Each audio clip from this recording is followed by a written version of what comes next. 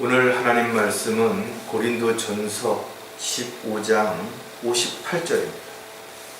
고린도전서 15장 58절 말씀을 제가 받들어 읽어드리겠습니다.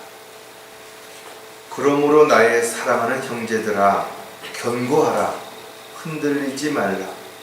항상 주의 일을 넘치게 하라. 이는 너희의 수고가 주 안에서 헛되지 아니한 줄을 너희가 알미니라. 잠깐 말씀을 위해서 기도드리겠습니다. 저희들을 영원한 지옥의 형벌로부터 구원해 주시고 이 마지막 시대에 저희들을 부르셔서 귀한 복음의 사역을 담당할 수 있는 특권을 주셔서 참으로 감사를 드립니다. 주님 오실 때가 심히 가까워지는 이 시점에서 저희들 정신을 차리고 깨어 있어서 달려갈 길을 잘 마칠 수 있도록 주님 함께 해주시고, 저희들 각자가 있어야 할 곳에서 또 마땅히 해야 할 일들이 무엇인지를 잊지 않는 가운데 주님 오셨을 때 부끄럽지 않은 모습으로 발견될 수 있도록 주님 도와주시옵소서. 특히 저희들이 주 안에서 무엇을 하든지 자신이 하는 일이 헛되지 않다라는 사실을 알고 주님께 영광을 돌려드리고 또 주님을 기쁘시게 해드리는 아름다운 간증의 삶이 매일매일 지속될 수 있도록 또한 도와주시옵소서. 오늘도 말씀을 통해서 저희들 스스로를 돌아보고 과연 주님의 일을 얼마만큼 열심히 참여하고 있는지 다시 한번 점검하는 그런 시간 속에서 저희들이 더욱 성숙해지고 더욱 단단해지고 또 헌신적인 그런 자세가 될 수 있도록 주님 도와주시옵소서. 다시 오실 우리 주 예수 그리스도의 이름으로 기도드렸습니다. 오늘 본문은 제가 좋아하는 구절 가운데 한 구절이긴 하지만 또 항상 찔림이 되는 그런 구절이기도 합니다. 힘들고 어려울 때는 이 구절을 통해서 위로를 받습니다. 그래, 세상 사람들이 몰라줘도 하나님은 내 마음을 아시지. 그런 위로가 돼요. 또 한편으로는 나는 과연 주님의 일을 넘치게 해야 되는데 얼마나 열심히 하고 있는가, 이렇게 스스로에게 물어보면 참으로 부끄러울 때가 너무나 많습니다. 저와 여러분은 이방인들과 다르게 허망된 그런 마음을 가지고 헛된 삶을 결코 살아서는 안 될 것이에요. 왜? 자신이 하는 일이 헛된 일인지 헛되지 아니한 일인지를 우리가 영적인 분별력을 가지고 있기 때문에 알 수 있는 것이기 때문에 그렇습니다. 흔히 사람들이 꿈에서 깨어갖고 참 꿈이 허망하다, 꿈속에서는 복권이 맞았고 집을 짓기도 하고 차를 사기도 하고 좋은 사람을 만나고 했는데 눈을 떠보니 아무것도 아닌 것이에요. 그래서 어떤 사람들은 삶이 일장 춘몽과 같다, 남과 일몽과 같다, 인생은 무상하다. 결과적으로는 살면서 사람이 부귀영화를 꿈꾸지만 이런 것들이 다 도덕다라는 것을 죽음 앞에 섰을 때 비로소 알게 된다라는 것이죠. 많은 사람들이 계획을 세우고 나름대로 목표를 향해 달려가지만, 그러나 대부분의 사람들은 이런저런 이유와 핑계를 대므로 인해서 중간에 계획을 바꾸거나 포기하거나 실망하거나 낙담하고 작심삼일로 끝나는 경우가 너무나 많은 것이죠. 그러면서도 이번만은 잘 해보겠다 하는 각오를 가지고 또 다시 시작을 반복하는 이런 삶이 지속되다가 결과적으로 주님 앞에 서는 날, 또 생을 마지막 끝내는 날 사람들이 후회하게 되는 거죠. 이제 머지않아 우리는 주님을 만나게 될 것입니다. 또 주님 앞에 섰을 때 우리가 어떻게 살아왔는지를 평가받게 될 것입니다. 몰라서 못한 사람도 있겠지만 알면서 안 한 사람들도 있을 것이고, 하려고 노력했는데 잘 안 돼서 여러 가지 어려움 속에서 살았던 사람들도 분명 있을 것입니다. 중요한 것은 우리가 무엇을 했든지 어떻게 살았든지 그것에 대한 분명한 보상이 그리스도의 심판석 앞에서 주어지게 된다라는 것이죠. 오늘 설교 제목은 헛되지 아니한 줄 아는 그리스도인들. 세상 사람들은 자신이 헛된 삶인지를 모르니까 그렇게 사는 거예요. 어떤 사람들은 부를 위해서, 명예를 위해서, 권력을 위해서 평생을 그렇게 전전긍긍하면서 살아가기도 합니다. 또 그렇게 열심히 살아서 이 세상에서 성공했다면, 돈을 많이 벌었다면, 유명해졌다면, 인기를 얻었다면 그런 사람들은 훌륭한 사람이라고 사람들이 부러워하기도 하는 것이죠. 그런데 성경은 하나님을 알지 못한 채 육신의 만족을 위해 애쓰는 사람들을 어리석은 사람이라고 말하죠. 또 너희가 바라는 것이 이생뿐이라면 가장 비참한 사람이라고 사도 바울은 분명히 우리에게 가르쳐 준 것입니다. 누가복음에 보면 하나님께서 이렇게 말씀하시는 거죠. 너 어리석은 자야, 오늘 밤 내 혼을 내게서 앗아가리니 그러면 내가 장만한 그것들은 누구의 것이 되겠니? 열심히 나름대로 벌어서 많은 것을 쌓아 놓았는데 하루아침에, 하룻밤 사이에 몹쓸 병에 걸렸어. 또 어떤 상황으로 죽게 됐을 때 그것이 자신에게 무슨 유익이 되냐라는 거죠. 또 그것 때문에 자식들이 서로 고소하고 싸우고 이런 일들이 무슨 의미가 있겠냐라는 것입니다. 많은 사람들이 교회를 열심히 다녀요. 헌금도 많이 내고 봉사도 열심히 하고 이웃을 위해서 자선사업가로, 독지가로, 봉사자로 열심히 살아갑니다. 나름대로 그들도 경배를 드리고 하나님을 기쁘시게 하는 일을 열심히 한다라고 말하는 것입니다. 그런데 안타깝게도 이야기를 해보면 거듭난 적이 없는 것입니다. 구원의 확신이 없이 살아가는 것입니다. 성경은 거듭나지 않은 사람들은 영적인 일을 알 수도 없고 영적인 일을 할 수도 없어요. 또 영과 진리로 경배를 드리는 사람들은, 거듭나지 않은 사람들은 불가능한 것입니다. 그런데도 그들이 여전히 하나님의 일을 한다고 나름대로 애쓰고 사람들을 찾아다니고 사람들에게 밥을 사고 이러는 모습들을 볼 때 너무나 안타까운 것입니다. 물론 구원받은 그리스도인들이라고 해서 모두 다 영적으로 성장해서 하나님의 귀한 도구로, 일꾼으로 쓰임받는 건 아니죠. 구원받은 이후에도 다시 세상의 마음을 뺏기고 헛된 것들에 눈이 돌아가서 시간을 허비하고 헛된 삶을 살아가는 그런 그리스도인들도 얼마든지 있습니다. 타락한 그리스도인들, 배교한 그리스도인들도 얼마든지 있을 수 있다는 것이죠. 하지만 저와 여러분이 정말 예수 그리스도를 통해서 구원받았고 하나님의 자녀로서 이 세상을 살아가는 동안 주님이 기뻐하시는 일꾼으로, 도구로 살고자 하는 그런 하나님의 사랑하는 자녀라면 정말 자신의 삶이 결코 헛되지 아니한 그런 삶을 반드시 살아야 되는 것이죠.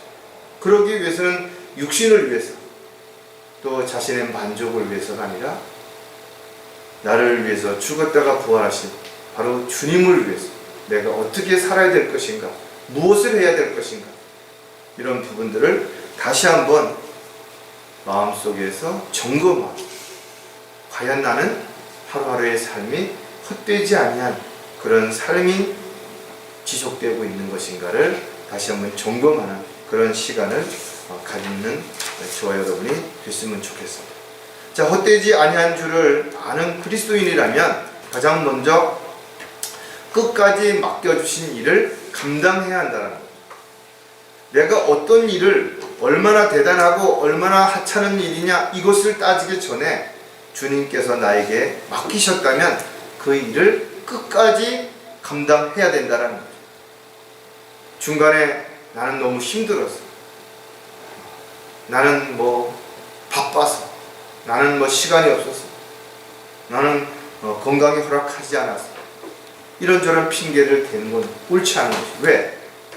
주님이 우리에게 일을 맡겨주셨을 때는 그 일을 감당할 수 있도록 건강도, 능력도, 지식도, 힘도, 물질도 분명히 허락해 주실 것이기 때문에 그렇다는 거예요. 우리가 헛된 삶을 살지 않으려면 세상 사람들이 쫓아가는 세상 제도라든지 유행에 따라서 허망한 그런 계획들을 세워서는 안 되는 것이죠. 하나님이 우리의 필요를 공급해 주신다라고 약속하셨다면 우리가 주어진 삶을 열심히 살아갈 때 우리는 분명 풍성한 삶을 살아갈 수 있는 것이죠. 예수님께서 이 땅에 오신 목적은 양들로 생명을 얻고 더 풍성히 얻게 하려 하신다라고 성경이 분명히 기록하고 있다라는 것이죠. 따라서 우리가 예수님을 믿고 그 이후에 나는 가난해졌다, 나는 삶이 너무 궁핍하다, 이것은 자랑이 아닌 것이에요. 우리가 어렵게 살 수도 있어요. 힘들게 살 수도 있어요. 그것은 내가 주님 뜻대로 살기 위해서 나의 많은 것들을 주님이 기뻐하시는 일들을 위해서 사용하다 보니 나 자신을 사랑하는, 나 자신을 위해서 쓰는 것을 조금은 줄여가다 보니까 남들이 볼 때 그렇게 보일 수는 있는 것이에요. 그러나 늘 누군가에게 의지하고 도움을 기다리고 이런 궁핍함 생활이 지속된다면 우리가 잠언에 나와 있는 것처럼 혹시라도 우리가 주를 외면할지도 주님을 떠날지도 모르기 때문에 저와 여러분은 늘 주님 앞에 기도해야 되고 주님이 주시는 것들을 잘 향유하고 또 그 안에서 풍성히 누리는 가운데 감사와 기쁨이 떠나지 않는 그런 삶이 반드시 되어야 될 것이죠. 그러기 위해서는 우리는 끊임없는 주님과의 교제가 필요한 것이고 또 주님께서 우리에게 어떤 일을 맡기셨다면 그 일들을 생각하고 그 시점과 그 방법을 또 주님이 주시는 그 은혜 가운데서 지속적으로 이루어 가야 될 것입니다. 분명한 것은 우리가 주님 오실 때까지 해야 할 일이 있죠. 우리가 주님 앞에 갈 때까지 해야 할 일이 반드시 있다. 크고 대단한 일을 하는 사람들도 있겠지만 아주 작지만 지속적으로 그 일을 하는 지체들도 얼마든지 있을 수 있는 것이죠. 따라서 꼭 앞에 나서서만 뭔가 하는 것만이 하나님의 일이 아닌 것이죠. 조용히 뒤에서 내조하는 것도 기도로 돕는 것도 모두 꼭 필요한 사역 가운데 하나라는 것이죠. 따라서 주님께서 우리에게 각자에게 맡겨주신 것이 무엇인지를 먼저 생각하고 그 일을 지속하기 위해서 또 나는 어떻게 해야 될 것인가를 끊임없이 여러분들이 주님과의 교제를 통해서 생각할 때 우리는 맡겨주신 일을 주님 오실 때까지 잘 감당해 갈 수 있을 것입니다. 자, 그러나 우리가 끝까지 맡겨주신 일을 감당하기 위해서 우리가 또 몇 가지를 알아야 될 부분들도 있겠죠. 그 첫 번째가 단계별로 준비되어 있어야 한다는 거예요. 그러니까 하루아침에 뭔가 큰 일을, 대단한 일을 할 수 있는 게 아니라는 거예요. 그런 일을 하려면 그 일에 걸맞는 과정들이 필요한 것이죠. 그래서 여러분들이 시련이라든지 역경을 통해서 점점 더 단단해지고 점점 성숙해져야만 더 큰 일, 더 많은 일도 분명히 감당할 수 있게 됩니다. 따라서 저와 여러분이 신앙생활이 경건한 생활이 또 구별되고 분리되고 성별된 생활이 지속되는 것이 하루아침에 이루어지지 않습니다. 이런 일로 저런 일로 끊임없는 마귀의 방해가 있기 때문에 시도하다가 실패할 수도 있고 또 시도하다가 잠시 멈출 수도 있을 것이고 하지만 우리는 하나님의 일에 앞서서 반드시 먼저 마음의 준비가 되어 있어야 되고 또 우리의 몸도 잘 준비가 되어 있어야 돼요. 소중한 하나님의 도구로 쓰임 받는 그릇이 기회가 주어졌다 하더라도 그 그릇이 지저분하다든지 있어야 할 장소에 없다든지 그 그릇이 너무 크거나 작다든지 용도에 맞지 않으면 쓰실 수가 없기 때문에 그런 것입니다. 음악가들은 연주회를 하기 전에 반드시 조율을 합니다. 기타를 거문고를 다 조율을 해서 음을 잘 맞추는 거죠. 어떤 사람이 바보처럼 연주회가 다 끝난 다음에 조율을 한다면 얼마나 어리석은 것이냐 이거죠. 하나님의 일을 하기 전에 우리가 준비되어 있어야지. 하나님의 일을 하다가 실패한 후에 새로 뭘 준비한다고 주님이 언제 우리를 부르셔서 어떤 일을 맡기실지는 모르지만 분명 주님이 우리를 부르신 목적이 있으시다면 우리는 그 목적이 무엇인지를 먼저 알아야 되고 그 목적에 합당한 도구로 쓰임받도록 준비해야 됩니다. 베드로후서 5장 7절, 베드로후서 1장 5절에서 7절에 보면 이뿐만 아니라 너희가 더욱 전심전력하여 너희의 믿음의 덕의 지식의 절제를 인내의 경건의 형제 우애의 사랑을 더하라. 체계적으로 하루아침에 형제 자매들을 사랑할 수 있는 것이 아니라 이런 과정들이 체계적으로 이루어졌을 때 정말 진심으로 지체들을 사랑하고 배려할 수 있다는 것입니다. 사도 바울은 디모데에게 편지하면서 실로 그리스도 예수 안에서 경건하게 살고자 하는 사람들은 박해를 받을 것이다. 저 여러분이 깨어있다면 또 주님 앞에 헌신적인 삶을 살고자 한다면 마귀는 더욱 강력하게 우리를 공격할 것이고 방해를 하게 될 것이고, 그래서 우리가 한 단계 한 단계 준비하지 않으면 언제 무너질지 아무도 알 수 없어요. 운동선수, 음악하는 사람들, 이런 사람들도 그냥 아무런 준비하지 않고 있다가 급작스레 탁 나와서 경기를 하거나 노래를 부르는 게 아니라, 연주를 하는 것이 아니라 평소에 끊임없는 연습을 하고 또 연습을 하는 그런 과정 속에서 항상 어떤 상황에서든 준비되는 그런 자세가 바로 그리스도인들에게도 반드시 필요하다. 오늘 부르시든 내일 부르시든 오늘 맡기시든 내일 맡기시든 언제든 준비가 되어 있는 그런 저와 여러분이 반드시 필요해야 될 것입니다. 끝까지 맡겨주신 일을 감당하려면 인정받는 일꾼이 되어야 된다는 거죠. 하나님의 말씀을 공부하는 것은 하나님의 명령이에요. 권장사항이 아닙니다. 해도 되고 하지 않아도 되는 것이 아니라는 거죠. 따라서 하나님의 말씀을 대할 때 우리는 학생이 공부하는 것처럼 진지하게 대해야 되는 거죠. 군인들이 전쟁에 나가서 전쟁에 이기기 위해서는 다양한 작전이라든지 전술을 공부할 때 훈련을 받으면서 마치 자신의 생명을 걸 수 있을 만큼의 중요한 그런 자세로 공부하는 것처럼 저와 여러분이 그렇게 해야 된다. 하나님의 말씀을 공부하는 것이 단지 지식적인 욕구를 충족한다든지 사람들 앞에서 나는 이런 성경 구절도 알고 있고 이런 의미도 안다라고 자랑하려고 하는 것이 아니라, 마귀가 교묘한 방법으로 우리를 속일지라도 우리가 말씀으로 예수님께서 그렇게 하셨던 것처럼 마귀를 물리치기 위해서, 또 하나님의 뜻을 우리가 알았는데도 불구하고 세상의 유혹이라든지 사람들의 어떤 미혹이 끊임없이 일어났을 때 우리가 그것을 잘 분별하기 위해서 하나님의 말씀을 우리가 정확하게 알아야 되겠죠. 그러니까 공부해야 되는 것이. 학생들이 미래를 위해서 열심히 공부하는 것처럼 저와 여러분이 영적 전쟁에서 승리하기 위해서는 하나님의 말씀을 정확하게 알아야 되고, 그 말씀이 우리 안에서 언제든지 양날 가진 칼과 같이 사용할 수 있는 장성한 분량에 이르러야 된다는 거예요. 디모데후서 2장 15절에 보면 내가 하나님의 말씀을 올바로 나누어 자신이 하나님 앞에 부끄럽지 않은 일꾼으로 인정받도록 공부하. 하나님 앞에 인정받는, 즉 훌륭한 일꾼으로서 인정받으려면 반드시 공부해야 되는 거예요. 그런데 공부하지 않고 하나님의 일을 한다고 하는 것처럼 어리석은 것이 없는 거예요. 왜? 그는 그 일을 통해서 자신의 부끄러운 모습이 그대로 드러나는 것이에요. 그래서 공부하지 않고 뭔가 하겠다라고 주장하는 사람들은 전부 부끄러운 일꾼이 되는 거죠. 그러니까 그런 사람들이 나와서 말도 안 되는 엉뚱한 얘기를 하는데도 그거에 좋다고 따라다니는 수많은 사람들이 있다 이거죠. 목사라고 하는 사람들이 정치적으로 또 어떤 사업가적으로 뭔가 이런 모습 속에서 자신의 유익과 자신의 어떤 명예를 채우기 위해서 수많은 거짓말을 하고 성경을 인용한다고 하면서도 말도 안 되는 이야기를 하는데도 수많은 사람들이 그들을 따르고 있다 이죠. 왜? 소경이 소경을 인도하는데 모르니까 따라가는 거예요. 영적인 귀가 안 열려 있고 영적인 눈이 떠져 있지 않으니까 양의 가죽을 쓴 이리를 분별하지 못하기 때문에 따라가는 거죠.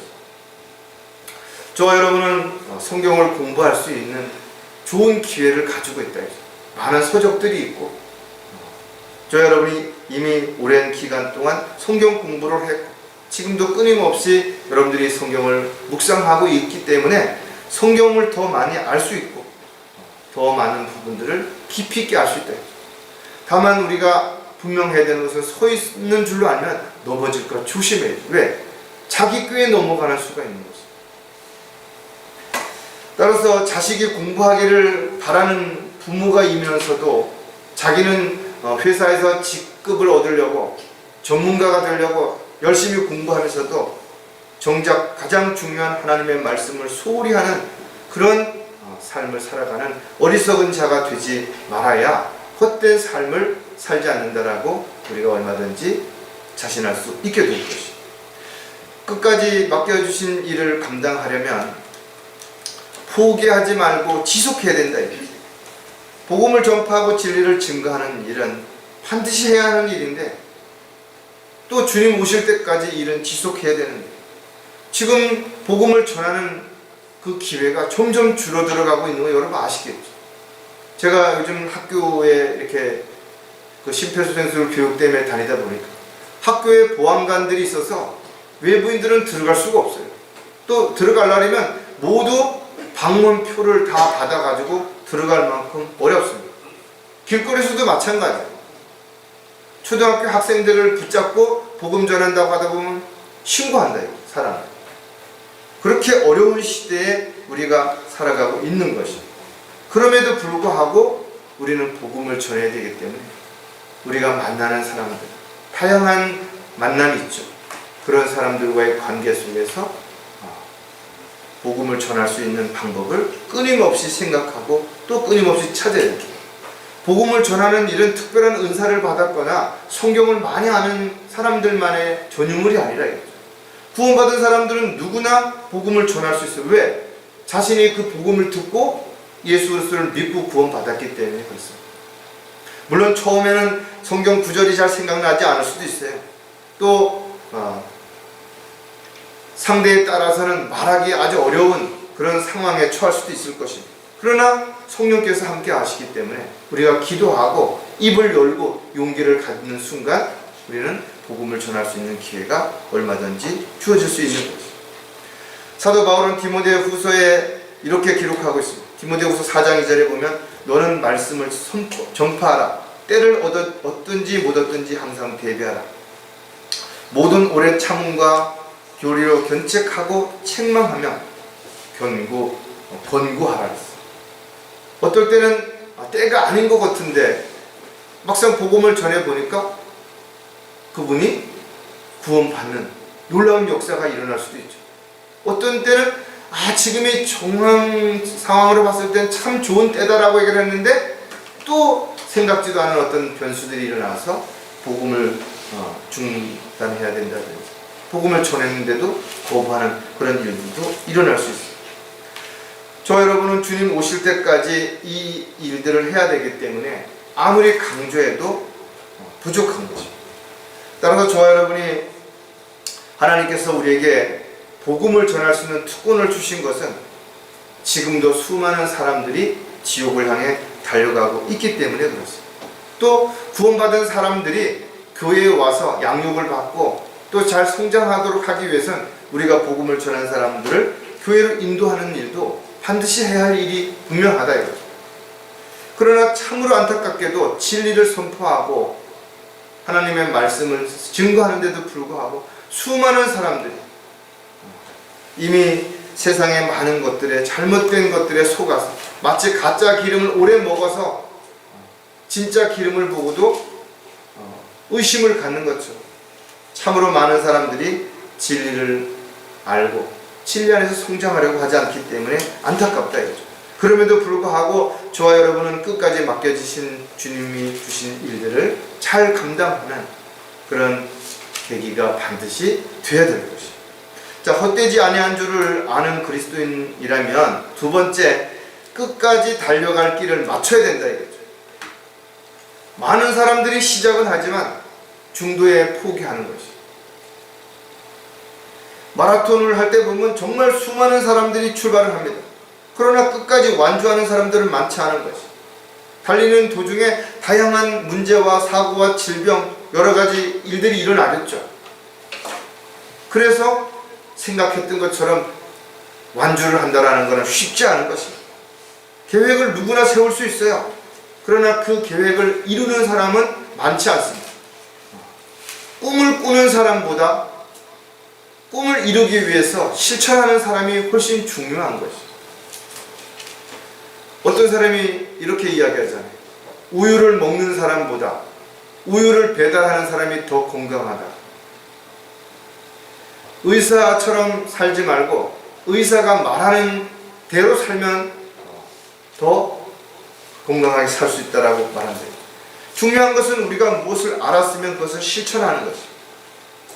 그러나 그 실천에는 많은 문제가 있고 많은 어려움이 분명히 있기 때문에 모든 사람들이 그 실천을 잘 마치고 달려갈 길을 마치는 것은 아니라는 것입니다. 성경에 누구나 달려갈 길을 다 마칠 것 같았으면 굳이 우리에게 이런 글을 남겨놓을 이유가 없는 것이죠. 수많은 사람이 중도에 포기한다 이거죠. 멈춘다 이거죠. 곁길로 간다 이거죠. 딴 길로 가는 것이죠. 그러니까 너희들은 끝까지 달려가. 사도 바울의 고백처럼 나도 달려갈 길을 맞추고 이 고백을 할 수 있는 계기가 되기를 우리에게 가르쳐 주는 것이죠. 따라 저와 여러분이 처음에 어떻게 시작을 했든 그 시작이 중간에 멈추어서는 안 된다 이거죠.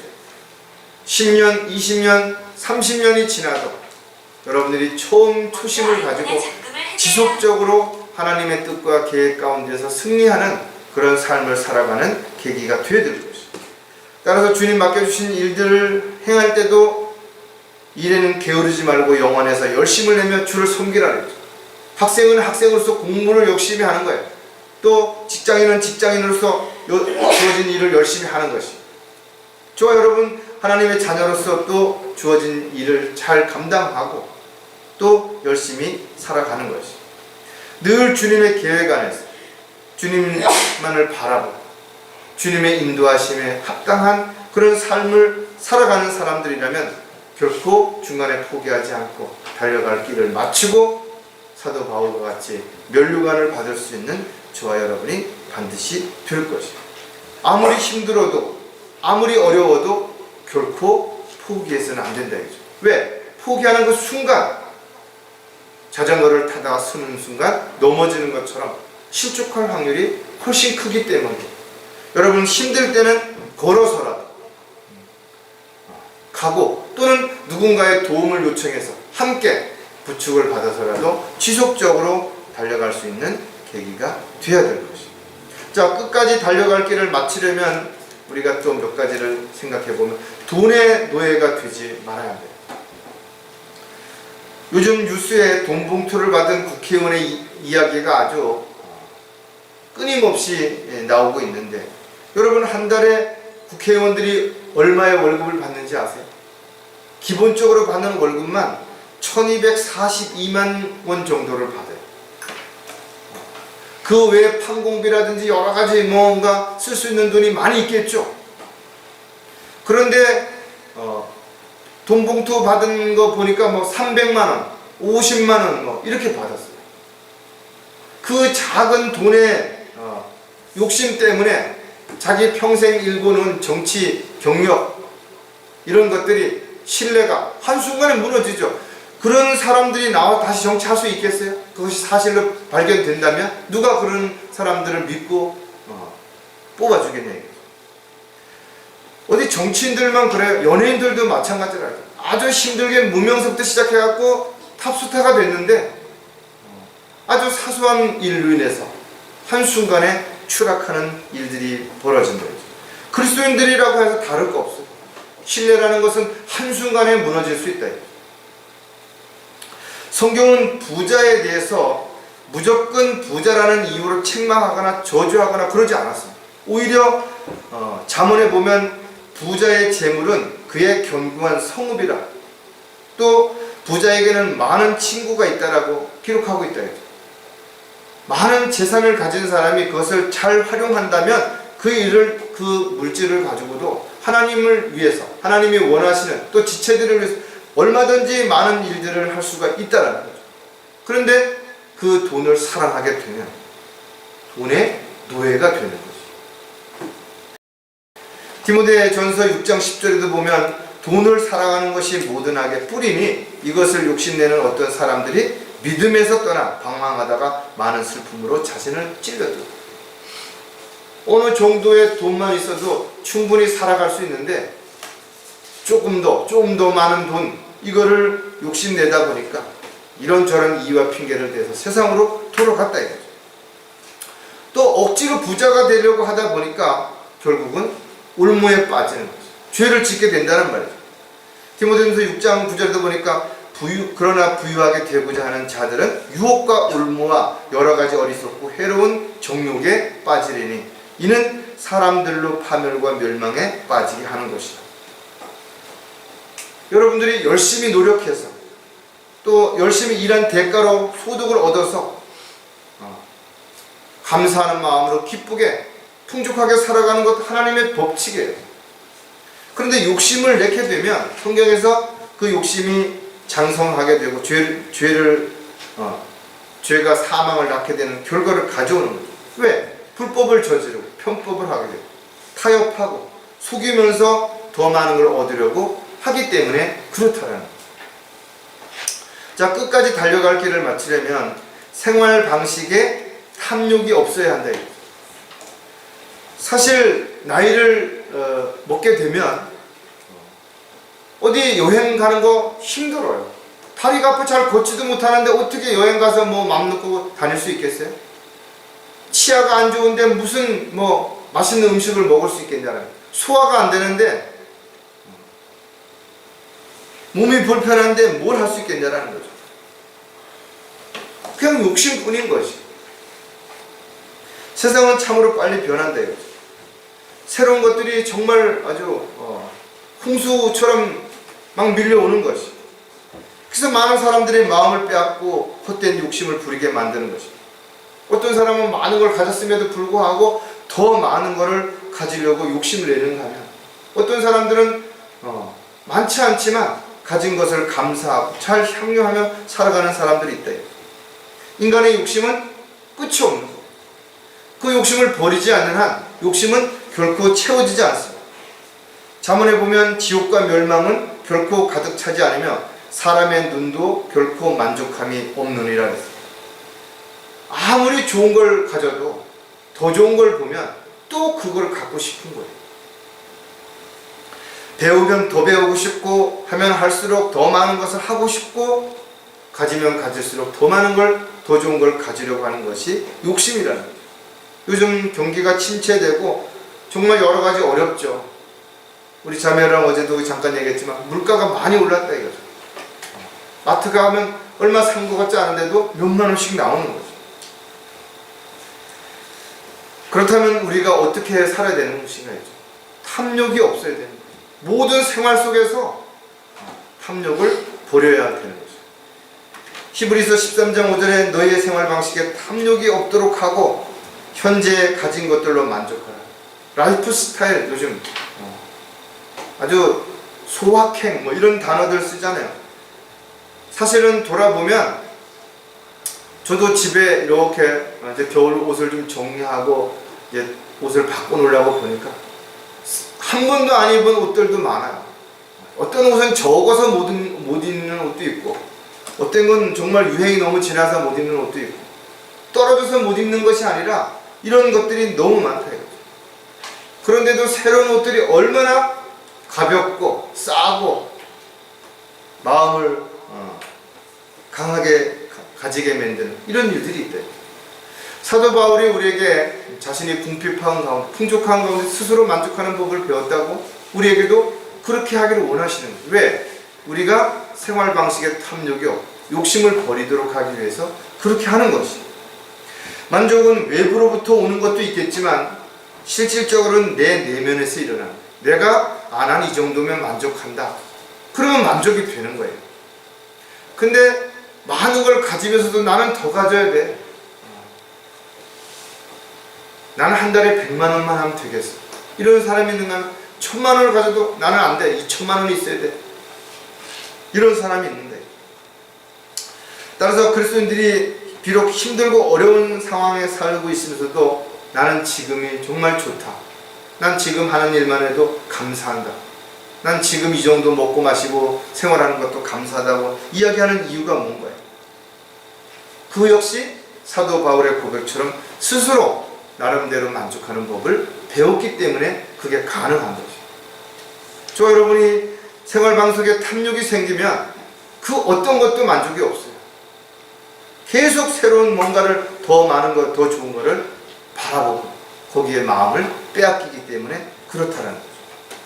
자, 끝까지 달려갈 길을 마치려면 하나님의 원칙대로 행해야 한다는 거죠. 너무 소중한 말씀인 거예요.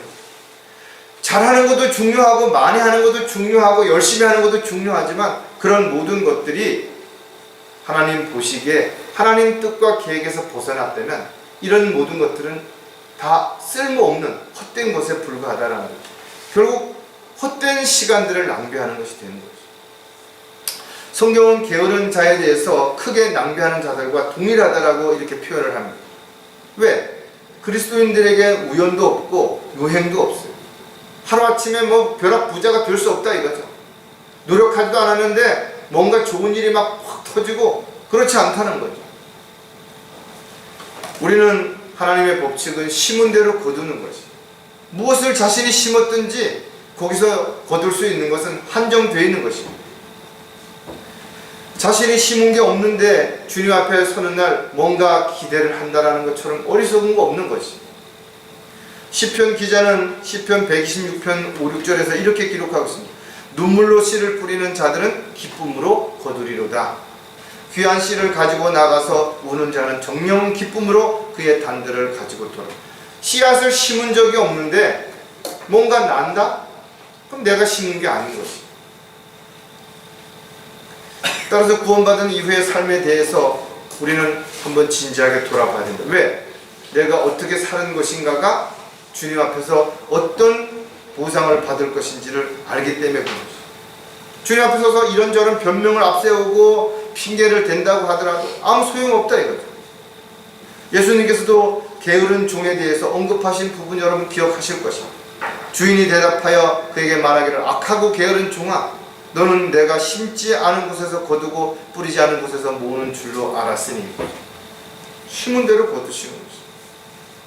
저 여러분이 무엇을 하며 어떻게 살았든지 세상 사람 아무도 모르고 가족들이 모른다 하더라도 하나님 다 아시는 것이고 반드시 거기에 합당한 보상을 주실 것이고 그 보상을 주실 때는 합당한 근거를 보여주실 것이라. 누구도 변명하지 못하죠. 그래서 우리는 하나님의 원칙대로 해야 되는 거죠. 달리는 자가 경주할 때도 자기 레인에서 벗어나서 다른 사람을 방해하거나 다른 사람의 반칙을 하거나 실격된다. 우리도 마찬가지. 그리스도인들은 누군가와 비교를 하면 안 되는 거죠.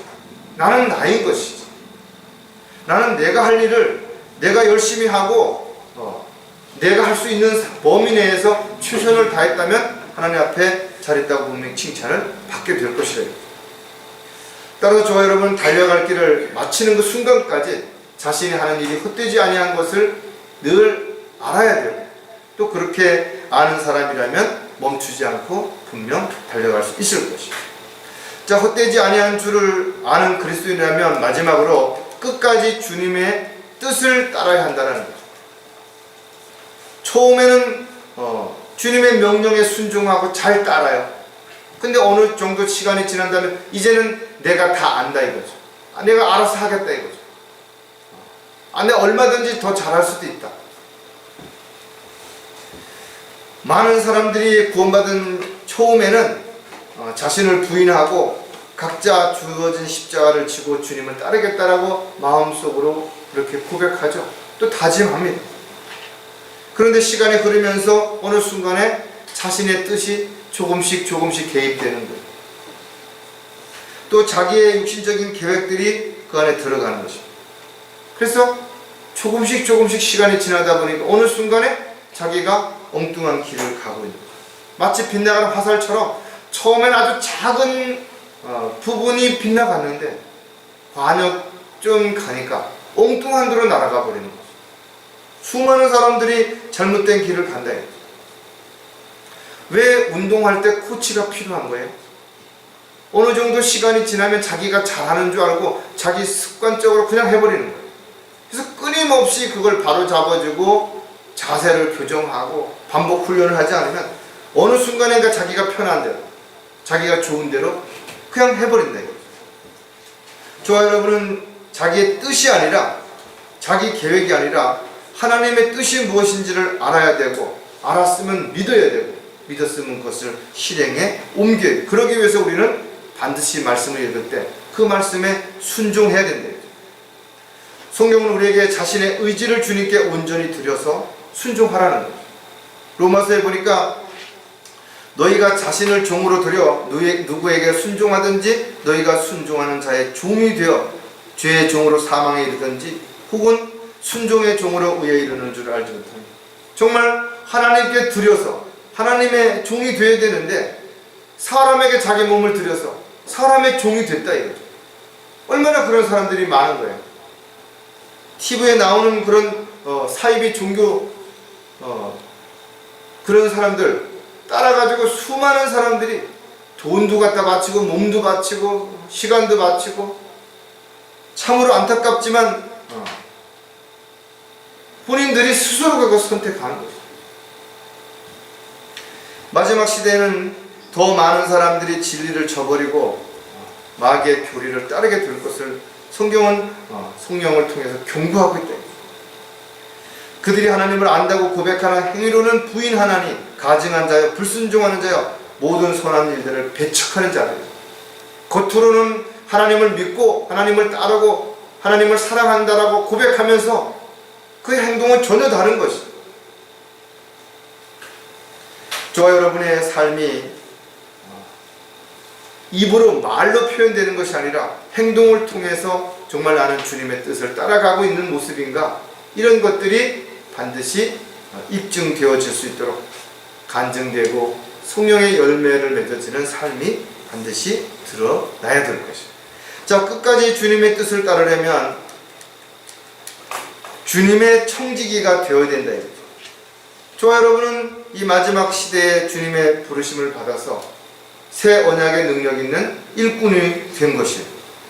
그리고 그런 일꾼에게 하나님의 신비를 맡았고 그 신비를 맡은 청지기로 스스로를 여겨야 되는 거죠.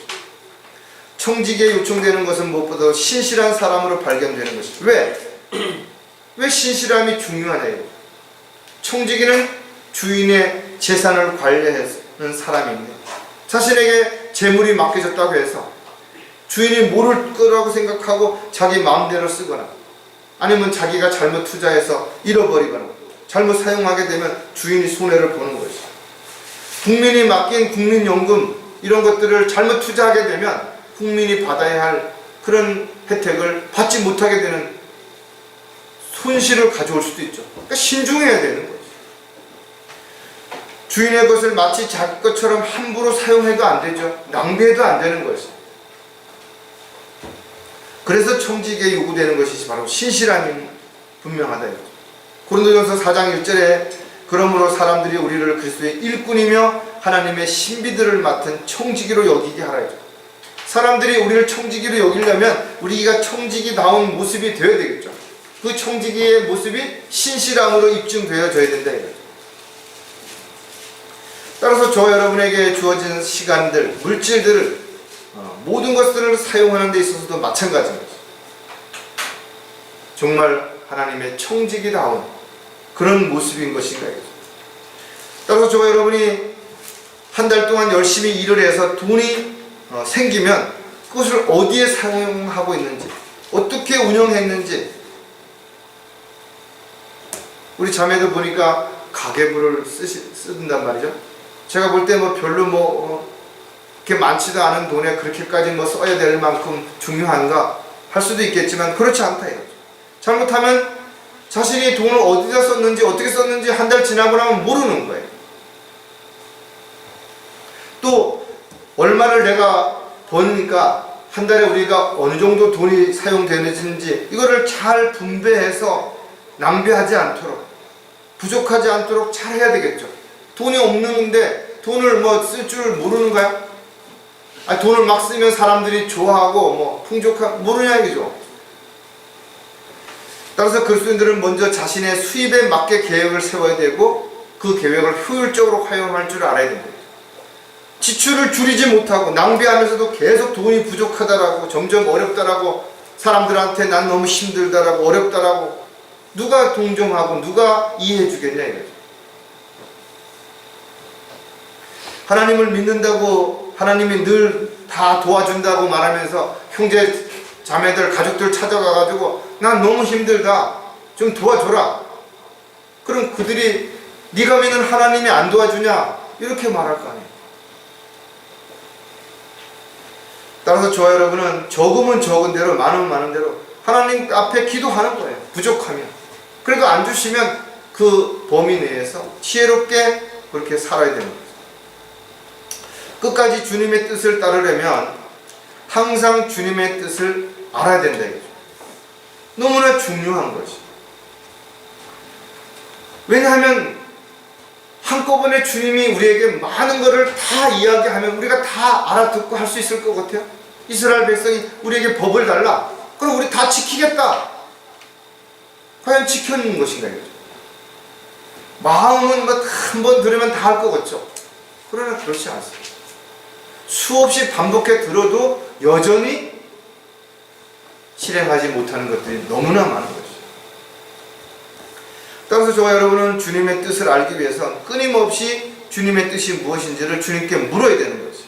내가 무엇을 해야 될지, 어떻게 해야 될지, 언제 해야 될지 끊임없이 주님과의 관계에서 물어야 되는 거죠. 분명 주님은 우리에게 계획을 가지고 계시는 것이 또 그 계획을 이루시기 위해서 우리를 도구로 사용해 주실 것이. 그러나 에베소서 5장에 보면 하나님의 사랑받는 성도로서 성도의 행위에 대하여 자세하게 기록하고 있는데 우리가 5장 17절에 보면 이로 인하여 너희는 어리석게 되지 말고 주의 뜻이 무엇인지 이해하라 그랬습니다.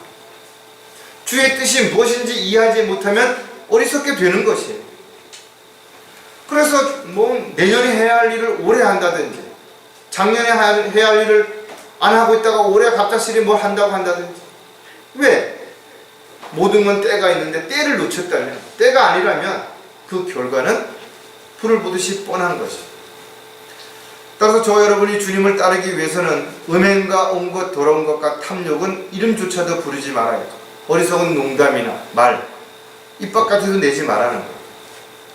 쓸데없는 말 하지 말라는 거죠. 왜?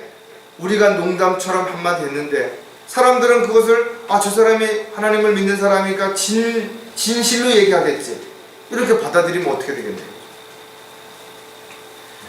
따라서 주의 뜻을 따르는 성도들은 빛의 자녀로서 행해야 되고 무엇이 주님을 기쁘시게 할 것인지를 끊임없이 입증해야 되는 것이죠. 더 나아가서 자신이 하는 일이 열매 없는 일이 되지 않도록 그런 일에 관여하지 말라는 거죠. 시간을 사서 얻으라는 것입니다.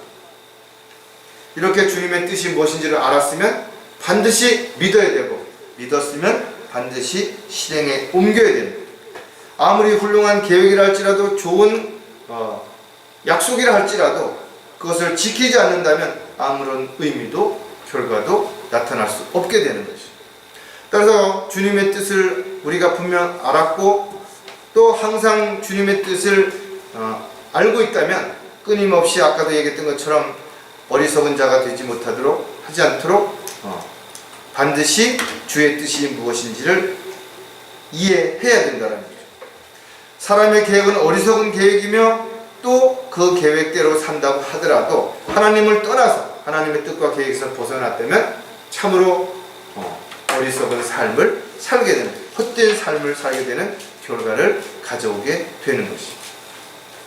끝까지 주님의 뜻을 따르려면 마지막 하나를 더 보면 주님의 인도하심을 받아야 한다는 거예요. 앞을 못 보는 사람은 멀리 볼 수가 없죠. 그러니까 멀리 한꺼번에 많은 부분들을 이야기할 필요가 없고 해도 이해하지 못해요. 그래서 아주 가까이 있는 부분, 당장 눈앞에 있는 장애물에 대해서 알려주는 거예요. 앞에 계단이 있다든지 앞에 오른쪽에 자동차가 있다든지 이렇게 알려주면서 한 발짝 한 발짝씩 앞으로 나가게 하는 것입니다. 하나님이 우리를 인도하시는 방법도 동일합니다. 한꺼번에 다 10년, 20년 후에 일까지 한꺼번에 다 알려주시고 그렇게 하라고 하시면 우리 잊어버리거나 하다가 엉뚱한 길로 가는 거예요. 그래서 한 발짝씩 한 발짝씩 갑니다. 여러분 관광 갔을 때 보면 앞에 인도하는 사람이 깃발을 들고 앞에 갑니다.